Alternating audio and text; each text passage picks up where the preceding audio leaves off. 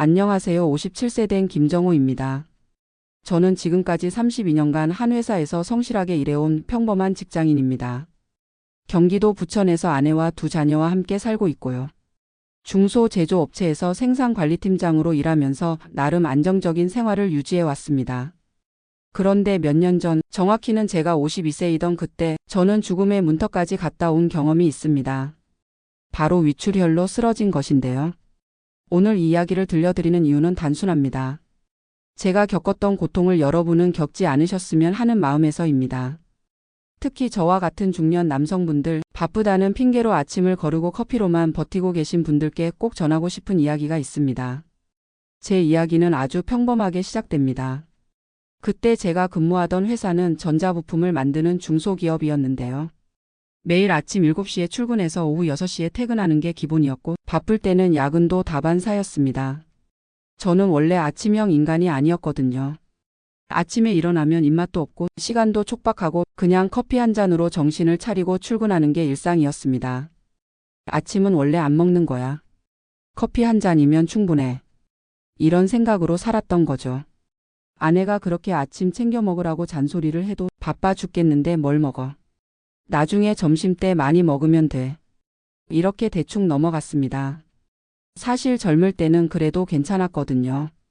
20대, 30대에는 밤새 술 마시고 다음날 출근해도 버틸 수 있었고 아침을 안 먹어도 점심때까지 괜찮았습니다. 그런데 40대를 넘어서면서부터 몸이 예전 같지 않더라고요. 속이 자주 쓰리고 소화가 잘 안 되고 피로감도 자주 느꼈습니다. 특히 빈속에 커피를 마시면 속이 쓰라린 걸 느꼈는데도 원래 그런 거지 뭐. 이렇게 생각하고 넘어갔습니다. 지금 생각해보면 정말 바보 같은 생각이었죠. 몸이 이미 신호를 보내고 있었는데 저는 그걸 무시했던 겁니다. 그때 저희 집 상황을 말씀드리면 첫째가 대학교 4학년이었고 둘째가 고등학교 3학년이었거든요. 교육비가 장난이 아니었습니다. 첫째 대학 등록금에 생활비, 둘째 학원비에 입시 준비비까지. 아내도 동네 약국에서 약사보조로 일하고 있었지만 그래도 제가 주 소득원이었으니까 부담이 컸죠. 전세로 살고 있던 아파트도 갱신할 때마다 보증금이 올라서 담보대출까지 받아야 하는 상황이었고요. 그러니까 회사에서 야근 수당이라도 더 받으려고 승진해서 월급이라도 더 받으려고 정말 악착같이 일했습니다.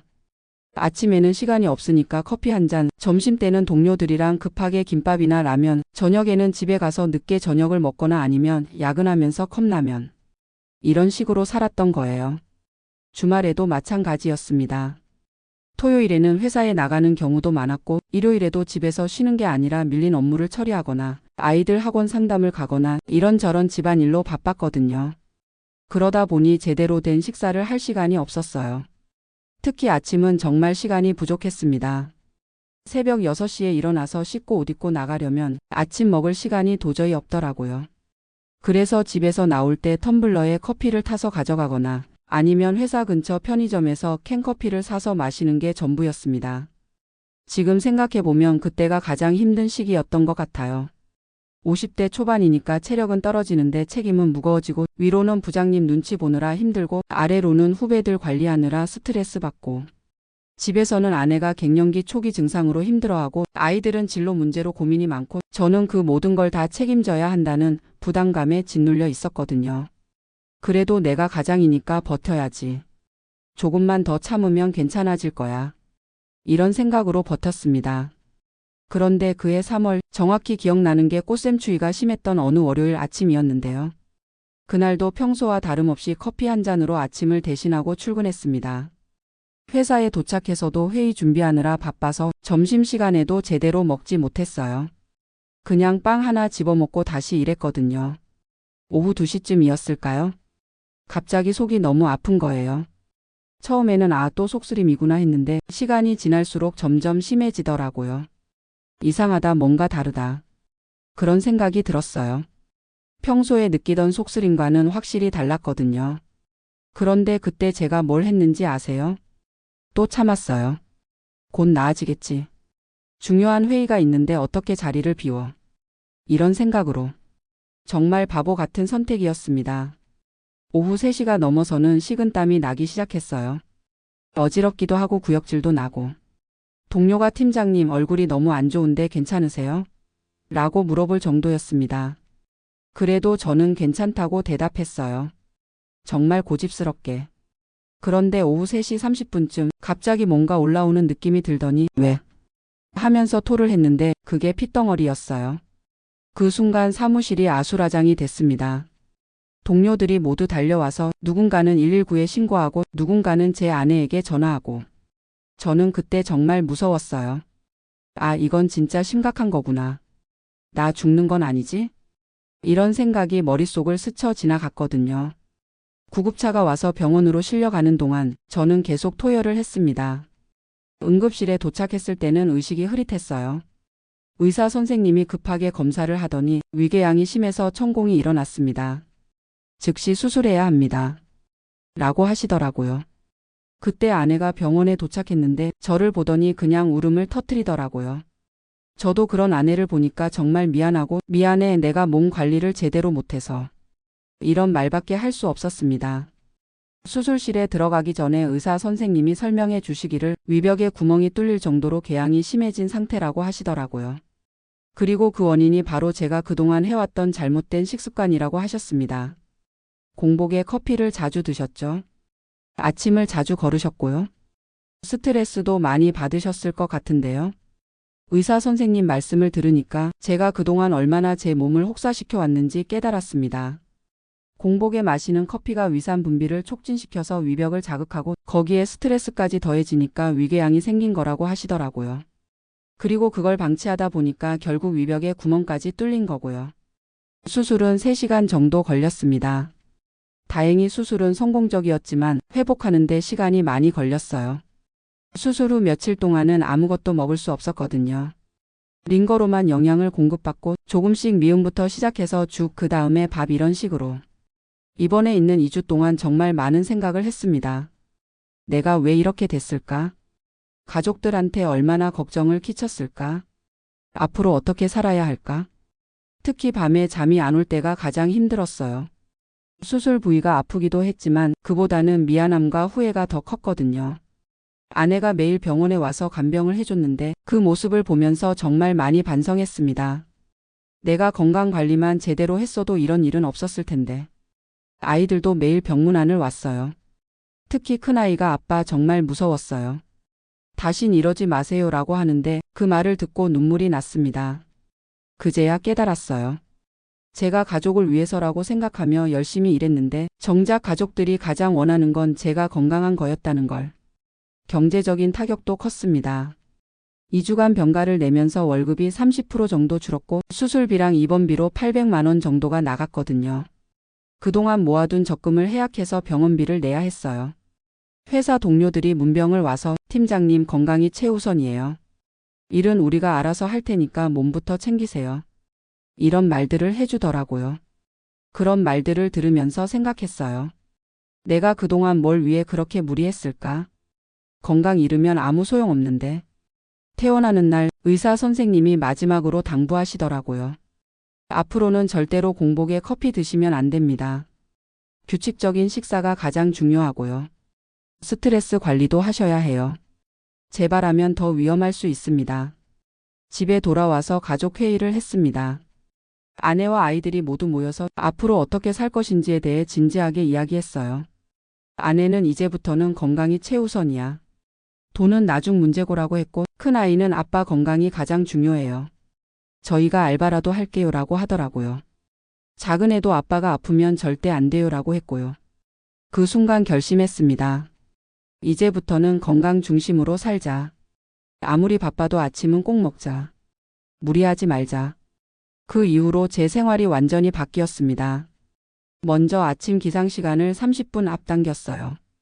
5시 30분에 일어나서 6시까지 간단한 운동을 하고 6시부터 6시 30분까지는 아침 식사를 하기로 했습니다. 처음에는 정말 힘들었어요. 30분 일찍 일어나는 게 이렇게 어려운 줄 몰랐거든요. 그리고 아침에 먹는 것도 익숙하지 않아서 처음에는 미숫가루나 우유라도 마시는 것부터 시작했습니다. 아내도 적극적으로 도와줬어요. 전날 밤에 미리 아침 준비를 해두고 간단하게라도 먹을 수 있는 걸 준비해뒀거든요. 김밥을 싸준다든지 샌드위치를 만들어 준다든지. 그리고 제일 중요한 건 커피를 끄는 거예요. 정확히는 공복에 커피를 마시는 걸 끊었죠. 아침을 먹고 나서 30분 후에 커피를 마시거나 아니면 아예 녹차나 보리차로 바꿨습니다. 처음에는 정말 힘들었어요. 커피 없으면 정신이 안 차려지는 것 같고 습관이 된 걸 바꾸는 게 쉽지 않더라고요. 하지만 놀라운 변화가 시작됐습니다. 수술 후 3개월쯤 지나니까 속쓰림이 거의 사라졌어요. 그리고 소화도 훨씬 잘 되고 전체적으로 컨디션이 좋아졌습니다. 6개월 후에는 체중도 5kg 정도 빠졌고 혈압도 정상 수치로 돌아왔어요. 정기 검진에서도 모든 수치가 좋게 나왔고요. 무엇보다 놀라운 건 일의 효율이 오히려 더 좋아졌다는 거예요. 건강해지니까 집중력도 좋아지고 피로감도 덜 느끼고 스트레스 내성도 강해졌더라고요. 회사에서도 변화를 알아봤어요. 팀장님, 요즘 얼굴이 좋아 보이세요? 예전보다 훨씬 안정적으로 일하시는 것 같아요. 이런 이야기를 자주 들었거든요.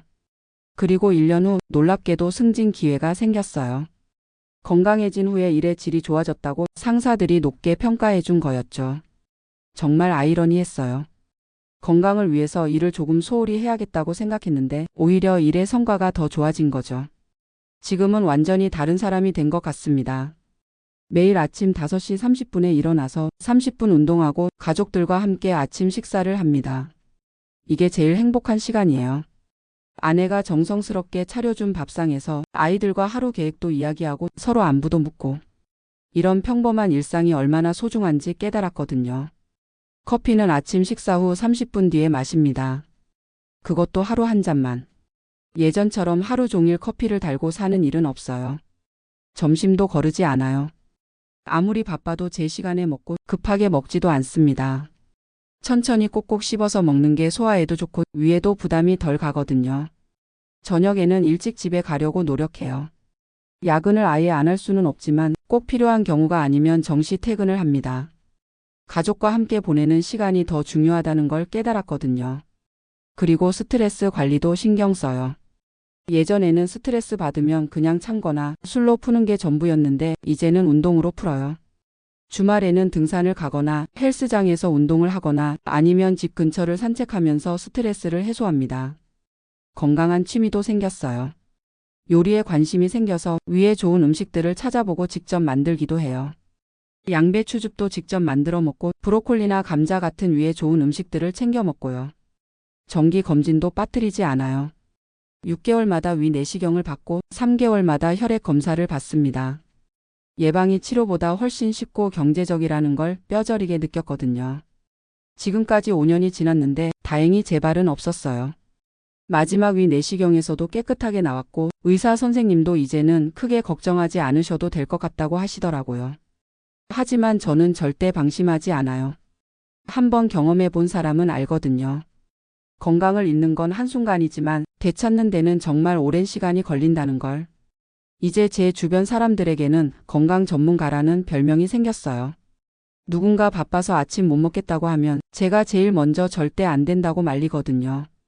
특히 저와 비슷한 연령대의 동료들이나 친구들에게는 제 경험담을 자주 들려줍니다. 공복에 커피는 정말 위험해요. 바쁘더라도 아침은 꼭 드세요. 몸이 보내는 신호를 무시하지 마세요. 회사에서도 건강관리의 중요성이 대두되더라고요. 제 사례를 보고 나서 다른 동료들도 건강에 더 신경 쓰기 시작했거든요. 회사에서도 정기 건강검진을 더 적극적으로 권장하고 야근을 줄이려고 노력하고 있어요. 가족 관계도 훨씬 좋아졌습니다. 예전에는 스트레스 받으면 가족들한테 짜증을 내는 경우가 많았는데 이제는 그런 일이 거의 없어요. 건강하니까 마음의 여유가 생기더라고요. 큰 아이는 취업도 성공적으로 했고 작은 애도 대학에 잘 들어갔어요. 아내도 예전보다 훨씬 다정해졌다고 하면서 좋아해요. 경제적으로도 오히려 더 안정됐어요. 병원비가 나가지 않으니까 그것만으로도 절약이 되고 승진하면서 월급도 올랐거든요. 무엇보다 건강하니까 의료비 걱정이 없어진 게 가장 큰 수확이에요. 지금 돌이켜보면 그때 위출혈로 쓰러진 게 저에게는 축복이었던 것 같아요. 만약 그 일이 없었다면 저는 계속 잘못된 생활 습관을 유지했을 거고 더 큰 병에 걸렸을지도 모르거든요. 몸이 보내는 마지막 경고를 제대로 받아들인 거죠. 하지만 여러분은 저처럼 위험한 경험을 하실 필요가 없습니다. 지금부터라도 바꾸시면 돼요. 특히 저와 같은 중년 남성분들, 가장으로서 책임감 때문에 자신의 건강을 소홀히 하고 계신 분들께 말씀드리고 싶어요. 가장의 건강이 가족의 행복입니다. 여러분이 건강해야 가족을 제대로 지킬 수 있어요. 아침 식사를 거르는 습관, 공복에 커피를 마시는 습관, 이런 작은 것들이 쌓여서 큰 병이 됩니다. 바쁘다는 핑계는 핑계일 뿐이에요. 30분만 일찍 일어나면 아침을 먹을 수 있거든요. 미숫가루 한 잔이라도, 바나나 하나라도 뭐든 좋으니까 공복 상태로 하루를 시작하지는 마세요. 그리고 몸이 보내는 신호를 무시하지 마세요. 속이 쓰리다, 소화가 안 된다, 이런 증상들이 지속되면 반드시 병원에 가보세요. 괜찮겠지. 좀 참으면 나아지겠지. 이런 생각은 정말 위험해요. 정기 건강검진도 꼭 받으세요. 귀찮고 번거롭더라도 예방이 치료보다 100배 쉽습니다. 스트레스 관리도 중요해요. 운동이든 취미든 뭐든 좋으니까. 스트레스를 건전하게 풀 수 있는 방법을 찾으세요. 술이나 담배는 절대 해결책이 아니거든요. 그리고 가족과의 시간을 소중히 여기세요. 일이 아무리 중요해도 가족보다 중요한 건 없어요. 건강한 가장이 가족에게 줄 수 있는 최고의 선물입니다. 혹시 지금 이 글을 보고 계신 분 중에 저와 같은 증상을 겪고 계신 분이 있다면 절대 참지 마세요. 당장 병원에 가보세요. 또 비슷한 생활 패턴을 가지고 계신 분들도 지금이라도 늦지 않았으니까 바꾸세요. 작은 변화가 큰 기적을 만들어낼 수 있어요. 저는 57세가 된 지금 오히려 40대보다 더 건강하고 활기찬 삶을 살고 있습니다. 규칙적인 생활 습관과 건강한 식습관 덕분이에요. 앞으로 70세, 80세가 되어도 건강하게 가족과 함께 행복한 시간을 보내고 싶습니다. 그게 제 목표이자 꿈이에요. 여러분도 저와 함께 건강한 삶을 시작해 보세요. 아침 식사 30분 일찍 일어나기부터, 공복 커피 끊기부터 작은 것부터 시작하면 됩니다. 건강은 하루아침에 망가지지도 않지만 하루아침에 좋아지지도 않아요. 하지만 꾸준히 노력하면 분명히 좋아집니다. 제가 그 산증인이거든요.